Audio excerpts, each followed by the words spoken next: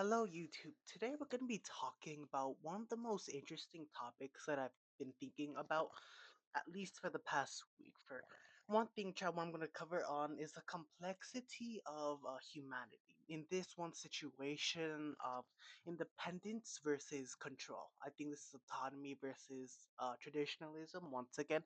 So basically, in this case, there's an 18-year-old boy. He's already kind of like an adult. He's legally bind to make his own choices. But the problem is, number one, the housing market is too expensive. Rent is far too expensive for him to move out. But the thing is, he wants to be able to maintain his independence, and such as be able to go out anytime he wants, be able to go out, walk to the grocery store, take walks around the neighborhood.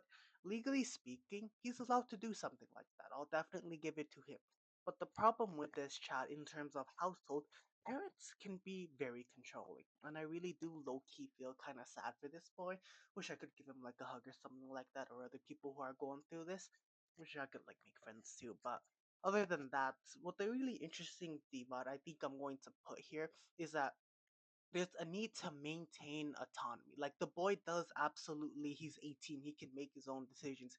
He can be able to walk, he should be able to walk out, make away his own decisions, be able to party when he needs to, want be able to do what's important, like maybe take a walk, exercise outside, go to the gym. But the problem is he has controlative parents. His parents don't very much like him to go out, but then again, he's legally allowed to.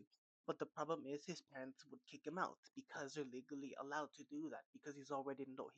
He can make his own decisions. Then he can already go ahead and move on to his own place.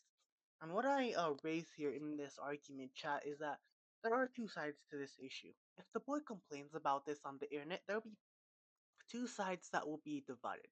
The first side is number one, advocates for the boy. People will advocate that even though the boy still lives with his parents, the boy should be able to go away, make his own decisions, do what he needs to do while still living at their parents' house. The other side also says if the boy can make his own decisions, then he should be able to move out. He should be able to pay his rent. And to be fair, chat, I'm not invalidating both sides. Both sides have their own complexity, and they definitely hold the same in terms of the same way. Both are valid arguments. But the problem with this chat that I'm raising is that in the US, the housing market is crazy expensive. So this would not the boy, but the people would be kind of at a deadlock. If this were to be covered by someone like Danny Reyes, or maybe like something like MSNBC or something, if it becomes like a widespread debate, I think this could create two divides between two people that don't agree with each other.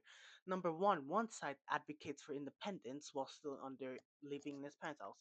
One would say just go out and go rent a house if you can make your own decisions. And that's not invalid. That does hold its weight because each culture has its own difference. And for my stance in this, yeah, I'm just checking my timer. But for my stance in this, I'm definitely gonna take neutral. Because in this case, even though it doesn't mean apathy, it means waiting for more information. You see, chat, each situation where this arrives at, every person has their own values. Every family may have their own customs and values when it comes to things, and each family may have a differing belief. Alright, so this goes similar to politics. Each and every person, each and every household culturally may have differing beliefs. What may be accepted in this household may not be accepted in the other. It's the same thing as adults should have their autonomy even though they still live under their parents' house, while others may disagree and may not allow such an opinion to live in their own household. That's the point of nuance that I'm here right now, chat.